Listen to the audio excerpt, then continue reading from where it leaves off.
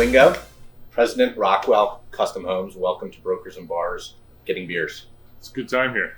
Hey, anytime at 10 a.m. with a Guinness is a good time, Not right, bad. on Saturday. Yeah. So we're here in Upper Darby at Callahan's. You're an Upper Darby native. That's So right. Yeah, we're here on convenient for Westchester you. Pike. And I live right down the road in Havertown, so that I appreciate the convenience. Perfect. So we're in Callahan's Bar, run by John Callahan and his son Jack. Yep. John grew up 2 blocks away in a home that was built back in 1911, and he opened this bar back in '76. And the funny thing, Teresa, and I got to get the other name, John and Teresa O'Callahan, is who we bought the bar from. So you just had to whitewash the O and the G That's off the front. We were ready to rock. Made it easy. No doubt. And this place is very special though for another reason, and I wanted to start with that if I could. Sure. And you would think I'm sitting down with a professional in real estate. We would talk about your 20-year history in fine estate and residential community building, but we're going to start about your passion project, which was a movie. That's right. Yeah, I had the last probably 10 years, me and a buddy of mine were messing around with a movie script. Mhm. And it was really based upon the neighborhood we grew up in. It was based upon the people that we interacted with. And it was, it's kind of this neighborhood, I would say, of low expectation, Mhm. where having a job was much more important than education.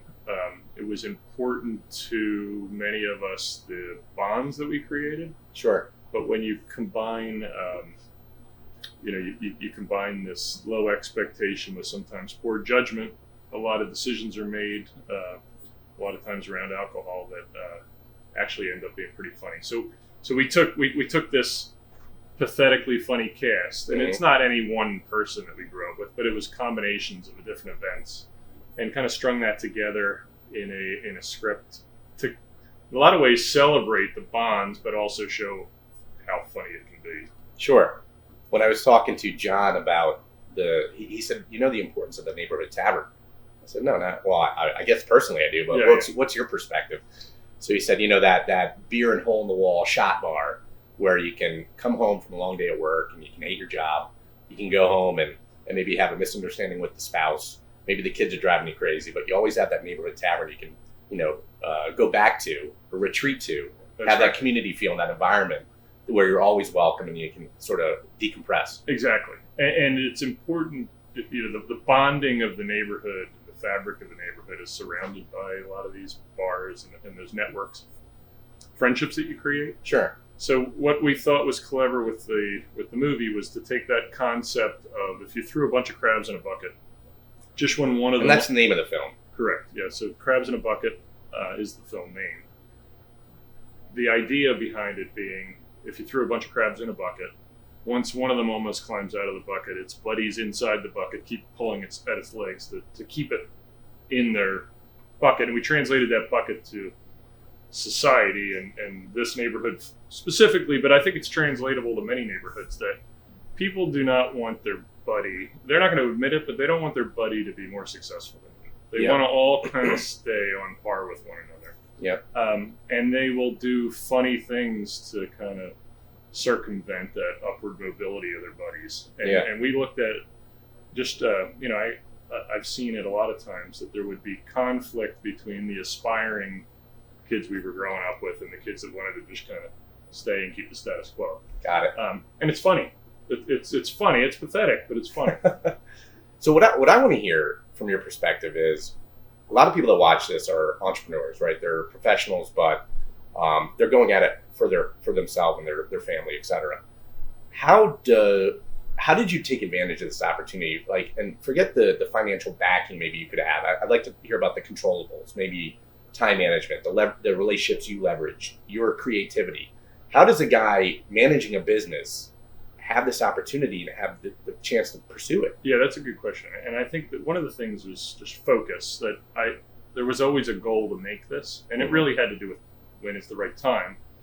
But I think what you find out in any business is that the most important thing that you can do is let everyone know what you are doing. Mm-hmm. And as I started telling people, hey, this is what I'm up to, it was amazing the people that were coming out of the woodwork that I didn't know the contacts that I had. So the director, turns out he lived just on the other side of Cobbs Creek Golf Course from us, in a very similar neighborhood, but Italian Catholic rather than Irish Catholic. So in many ways the same, in many ways different.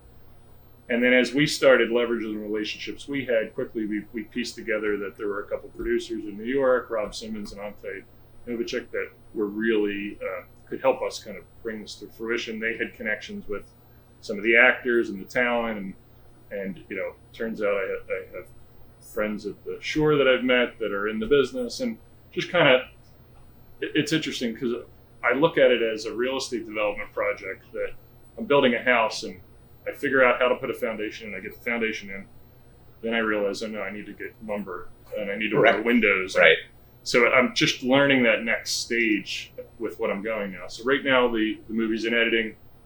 We have a fantastic editor that came in from California, and we're doing all of our post-production here in Philadelphia, which is exciting.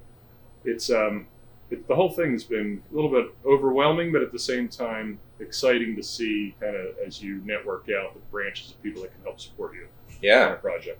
I mean, the demands of the real estate profession are crazy to begin with, between networking, relationships, and time.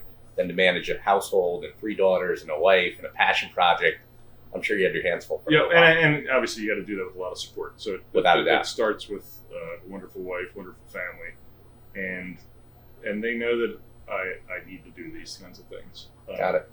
It was exciting to just kind of use the other side of your brain a little bit here and try to create something artistic in a way. At the same time, it's been a script that they've seen me working on for the last 10 years. Anytime we're on vacation, on a plane, sitting on the beach, always working on the script. And it was a little bit of a family joke until finally I said, hey, I think we're making it this year. That's great. And you did not know this director, or that he was a director in close proximity at the time you're writing with the family, right? Correct. Yeah. He ended up helping co-write it with me after he took a couple stabs after the first few drafts, and it became very collaborative with me. It's Paolo Pilati, a great guy and really focused, and he's put innumerable hours into this project. It's been exciting. And you pulled some pretty good talent. We did. For this film. Yeah, for us to be able to get, as I mentioned before, Taryn Manning, but also Bruce Dern, 2-time Oscar nominee.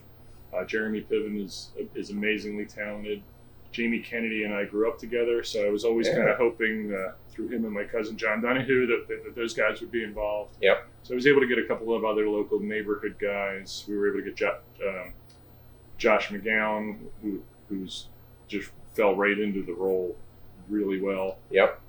Been really, really amazing. I think I could work a role in a pub. Yeah. And fall into it. Yeah, exactly. Well, it's funny. A couple of years ago, my company was asked to renovate the bar for the guy that I grew up went to high school with. And I said, if it's okay with you, before we renovated, I'd love an opportunity to film me and about 50 or 60 of our buddies tearing it apart, because I think eventually when I make this movie, and whenever that's going to be, that would be a pretty cool scene to put in there. Yeah. So I just can't imagine what the cost would have been if we had went into a bar and destroyed it. So the fact that we were able to do that on film, and we ended up doing that right in Drexel Hill, and it was a great time. We took a bar which was called The Wave and turned it into the Station Tap.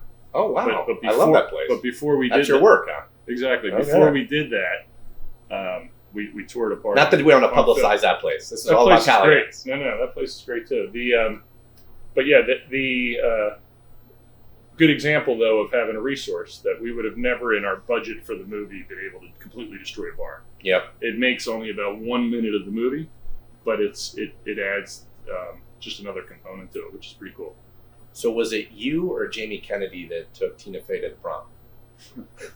Neither. Because you were a sophomore when she graduated. That's right. Yeah. Yep. That's right. And we didn't know each other in high school, and have both been very supportive of Upper Darby High School in many ways. She's been very generous to the Arts and Education Foundation. Yep. I focused a lot on tutoring and mentoring, creating an SAT prep program for the school. The school is an amazing place that continues to produce amazing kids. Sure.